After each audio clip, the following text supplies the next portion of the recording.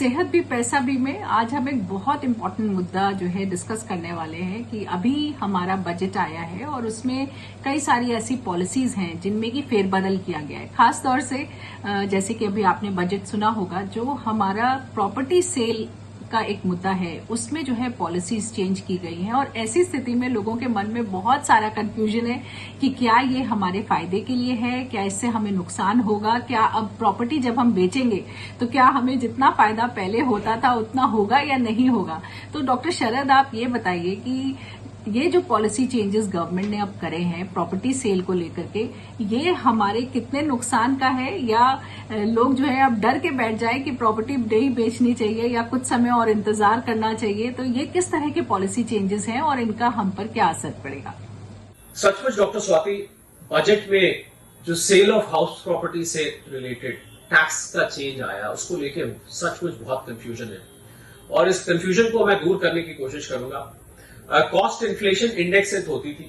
इसका मतलब यह होता है कि जब आपने प्रॉपर्टी ली है जिस साल में और जिस साल में आप बेच रहे हैं, एक तो जिस साल में आपने ली उसकी कॉस्ट होती है, तो उस कॉस्ट को बढ़ाया जाता था, वरना तो जो कैपिटल गेन है यानी कि सेल और परचेज प्राइस का जो डिफरेंस है बहुत बड़ा हो जाता था। उसमें राहत देने के लिए कॉस्ट इन्फ्लेशन इंडेक्स बनाई गई थी कि हर साल एक इंडेक्स होगी। आप अपनी कॉस्ट को, जैसे मान लीजिए आपने 1 लाख के लिए 2005 में, और उस टाइम मान लीजिए इंडेक्स 200 या 250 थी, आज वो इंडेक्स 368 हो गई, तो आपकी प्रॉपर्टी की वैल्यू को उस इंडेक्स से बढ़ा दिया जाता था। इससे होता क्या था कि टैक्स पेयर्स का कैपिटल गेन बचता था क्योंकि कॉस्ट बढ़ जाती थी और कैपिटल गेन कम लगता था। 20% कैपिटल गेन लगता है अभी तक बजट के चेंज से पहले, ये सब लोग पहले से जानते होंगे। अब जो बजट में बदलाव आया वो ये आया कि हम कॉस्ट इन्फ्लेशन इंडेक्स को हटा देते हैं, इसको खत्म कर देते हैं। तो एकदम से सब लोग डर गए कि भाई कॉस्ट इन्फ्लेशन इंडेक्स हटने का मतलब है कि अब तो प्रॉपर्टी बेचने पे जो टैक्स है वो बहुत लगने लग जाएगा, क्योंकि अब तो आपकी कॉस्ट वही रहेगी, इसका मतलब गेन बढ़ जाएगा। आप समझ रहे होंगे कि सेल माइनस परचेज का जो नंबर आएगा वो बहुत बड़ा आएगा। पर उसमें अच्छी बात क्या हुई कि उन्होंने जो कैपिटल गेन टैक्स का रेट था 20% का, उसको घटा के 12.5% कर दिया। तो मैंने जब कैलकुलेशंस करी तो ये पाया कि जिन लोगों की प्रॉपर्टी बहुत पुरानी है और बहुत थोड़ी सी कीमत पे उन्होंने मान लीजिए प्रॉपर्टी ली हुई थी, उन लोगों को उल्टा फायदा हो गया, नुकसान नहीं हुआ। क्योंकि अगर छोटी सी कॉस्ट होगी तो उस पर आप कॉस्ट इन्फ्लेशन इंडेक्स लगा भी देते तो वो बहुत बढ़ के ज्यादा नहीं हो पाती है। मान लीजिए किसी ने 10,000 की प्रॉपर्टी ली और आज वो 1 करोड़ की हो गई, मैं उदाहरण ले रहा हूं, ऐसी प्रॉपर्टी बहुत सारी है। तो उस पर अगर मैं आज 368 की कॉस्ट इन्फ्लेशन इंडेक्स लगा भी दूंगा तो भी वो 36,800 ही हो जाएगी। पर ज्यादा बड़ा फर्क किससे पड़ेगा कि अगर मैं टैक्स का रेट घटा दूंगा, तो टैक्स का रेट घट के 20% से 12.5% हो गया है। तो मुझे लगता है जिनकी बहुत पुरानी प्रॉपर्टीज हैं उन लोगों को तो फायदा हो गया है।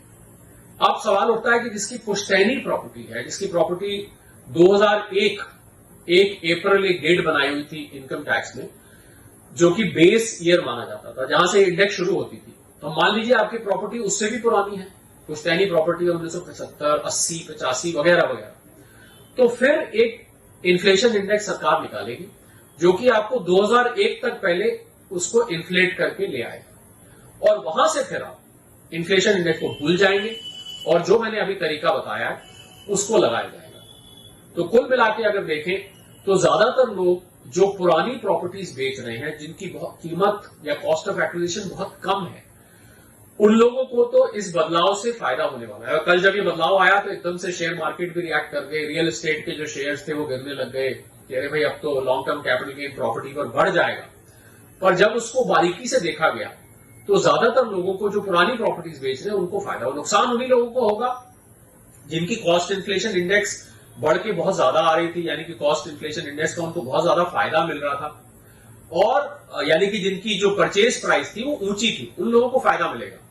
उन लोगों को भी नुकसान नहीं होगा जिन लोगों को कॉस्ट इन्फ्लेशन इंडेक्स का ज्यादा बेनिफिट नहीं मिल रहा है। यानी कि आपने मान लीजिए प्रॉपर्टी आज 2024 में और आपने 2020-21 में ली है, तो फिर तो आपका कॉस्ट इन्फ्लेशन इंडेक्स में ज्यादा फर्क ही नहीं पड़ता है, तो उन लोगों को भी फायदा होगा। पर टैक्स रेट कम हो गया, तो टैक्स रेट कम होने से मुझे ऐसा लगता है, मोटा मोटा अगर मैं अंदाजा लगा के बताऊं, कि ज्यादातर प्रॉपर्टी बेचने वालों को इस चेंज से फायदा होने वाला है, इस चेंज से नुकसान नहीं होने वाला है।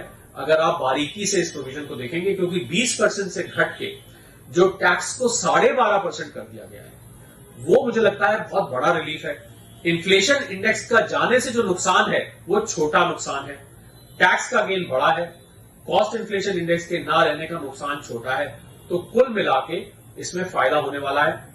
यही खूबी है सेहत भी पैसा भी न्यूज की, कि आपके लिए ऐसे कॉम्प्लिकेटेड टॉपिक्स को आसान करके बता देना, वो खबरें जो ट्रेंड में है उन खबरों को आपके लिए लेकर आना और उनकी बारीकियों को आपको समझा देना, ना कि केवल हेडलाइन दे देना, जिससे कई बार लोग और ज्यादा कंफ्यूज हो जाते हैं और उसका गलत इंटरप्रिटेशन निकाल लेते हैं। फिर आपके साथ जुड़ेंगे ऐसे ही किसी टॉपिक पर, जिससे आपकी जिंदगी आसान बनेगी, चाहे वो सेहत का हो या वो पैसे का हो। नमस्कार।